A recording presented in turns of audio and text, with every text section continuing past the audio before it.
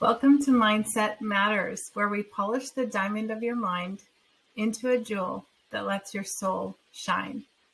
The question for today is, are you a stress fleer? Let's talk about what that means. My name is Christine Berry. I'm an advanced soul realignment Akashic practitioner, as well as a certified trainer, and I'm an advanced BodyTalk practitioner and instructor. Thank you so much for being here with me today. I want to talk to you about different versions of stress.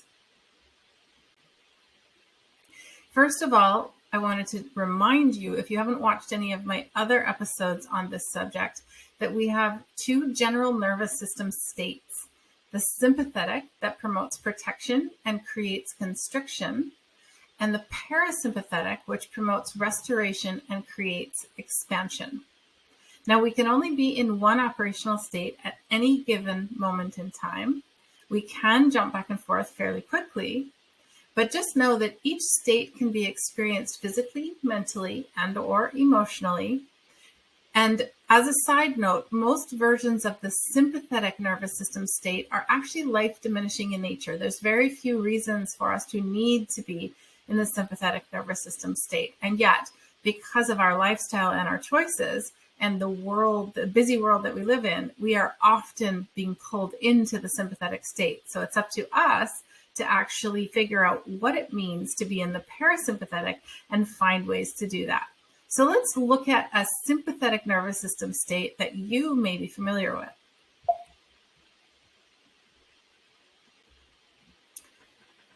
Here are some signs of a fleer, and this is the flight version of the sympathetic nervous system state. I really think it's important for us to understand who we are and how we operate in order to take those first steps towards life-affirming change. So, at a physical level, the flight sympathetic response is that feeling of wanting to abandon ship. Maybe we've made a mess of things, maybe we feel inadequate. We want to run away. We want to try to hide. We want to be invisible. We might employ invasive maneuvers. Now, not all of this happens consciously. Some of it is very subconscious. We may actually be maneuvering evasively physically, so people can't find us or catch up with us, or verbally, saying things that don't make sense or saying things to throw people off. And again, most of us are probably not doing this consciously. We may repeatedly leave jobs that we've begun or projects that we've begun incomplete, or we may leave matters unresolved, hoping that someone else will fix it or thinking it will sort itself out. Not in the sense of being like letting life sort itself out, but more of just we make a mess and then we run away and we don't want to fix it. We may find ourselves playing the blame game because that's a lot easier than actually trying to figure out what happened. It's like we just run away and we go, oh, it's not about me. And we can also create drama and distraction to shift the focus or the attention elsewhere, sort of like that smoke and mirrors shell game type of a thing, where we're putting the attention over there so nobody can see what's happening over here because we feel insecure about what's happened, or we're not really sure how to fix it, or we don't know how to take responsibility. So we can physically overindulge. We could have a loss of control. I have literally seen one of my students in a class that can be triggering when we're not ready for it. It's a lot of information. It's a lot of shifting emotionally, mentally, spiritually.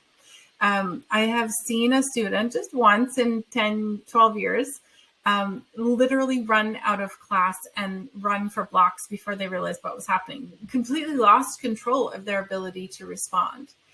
And that is just a sign of that flight response to stress. And again, that also looks like an overreaction, but there can be many other types of overreactions physically as well. Mentally, we might just want to give up or feel like we just get distracted really easily. I like that whole idea of squirrel, like what's drawing us away from what we know we need to be doing, whether we're aware of that or not. We might find ourselves making excuses We might make excuses a lot because we really are in this stress state and we don't know why things aren't happening the way we want them to, the way we planned them to happen, the way we're used to them happening, the way we think they should happen. And so we just make excuses instead of really understanding it because that's the first thing out of our mouth. So it's like a knee-jerk response. It's not like necessarily that you're a bad person, but if you find yourself often making excuses instead of just trying to find solutions, you might be in the flight sympathetic state. And that might be your actual default response. Now, we might also employ distraction devices in order to avoid responsibility. And that could mean that we do all kinds of smoke and mirror type of maneuvers in our mind in order to keep us from feeling like we have to sort something out because we really don't know how. Again, it comes back to overwhelm. We might also make impossible demands of or set unreasonable expectations for ourselves or even for other people or other situations.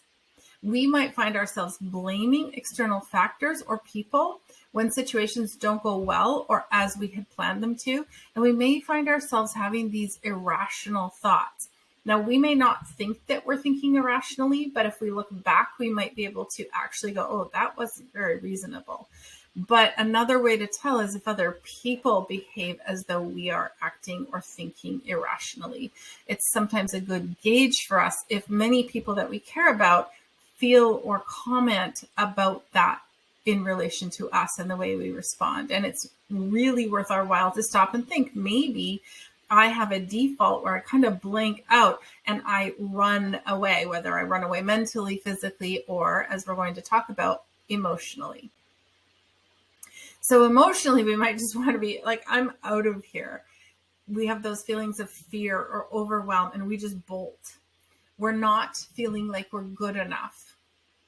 We have an urge to, and there's multiple things here, an urge to hide, an urge to forget, an urge to just get away from that situation or that scenario, an urge to escape, an urge to start over because fixing the mess we think we might have made or the situation we don't understand is too overwhelming to figure out how to fix it.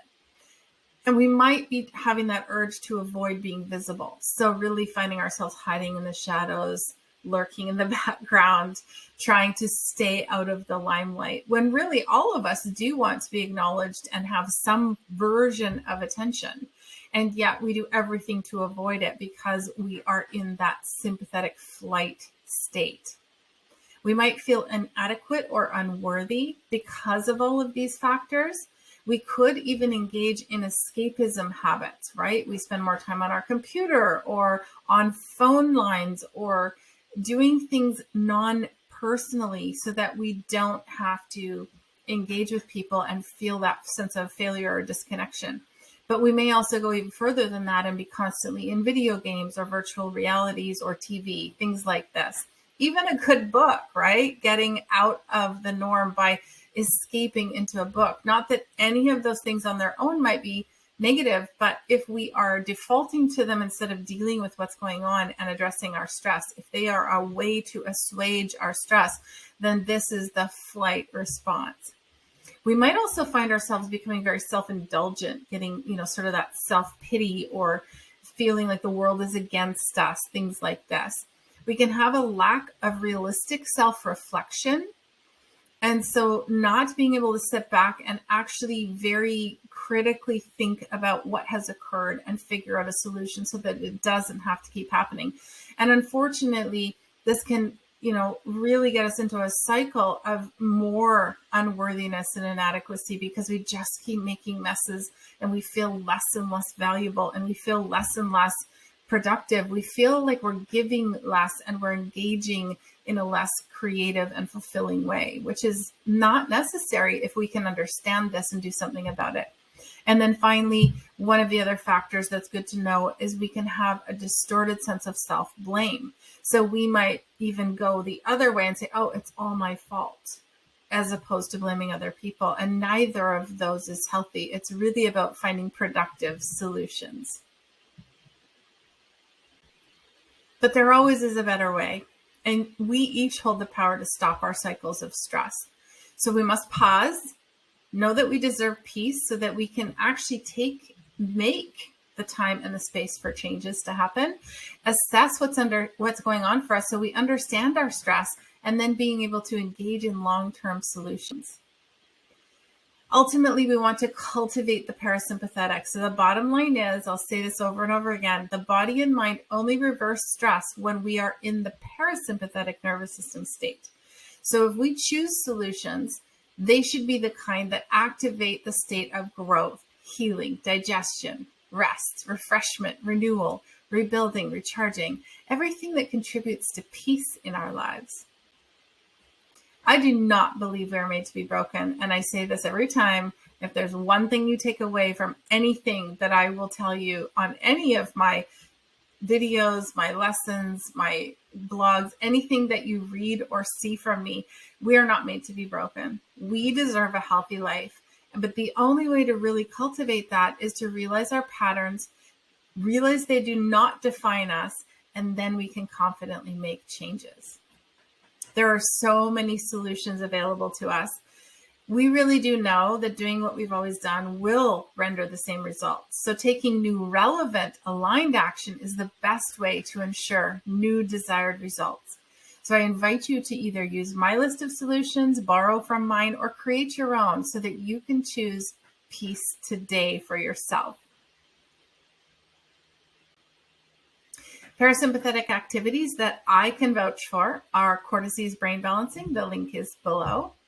I teach you a 2-minute technique that you can do anytime, anywhere, as often as you like. Please do use it. It brings balance between the left and right hemispheres of the brain. It balances your intuition and your intellect.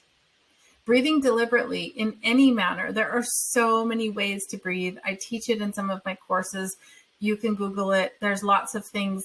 Come to me if you want me to help you, or look for your own solutions. But know that breathing is essential to our life blood, our life force. And so finding ways to breathe deliberately, intentionally. Guided meditations are really powerful. Again, there's a beautiful guided meditation right below where I help you deliberately create more peace in your life. It's 6 minutes. It's totally worth your time. Please engage with it. Hugs. Find people in your life that you can hug and be hugged by. Nature walks. Anytime we can get in nature, breathe in the aromatherapy of the plants and the trees, ground in the grass and the earth. Even just taking the time to put our hands in the dirt with a little bit of gardening, all of that will help bring you into the parasympathetic state.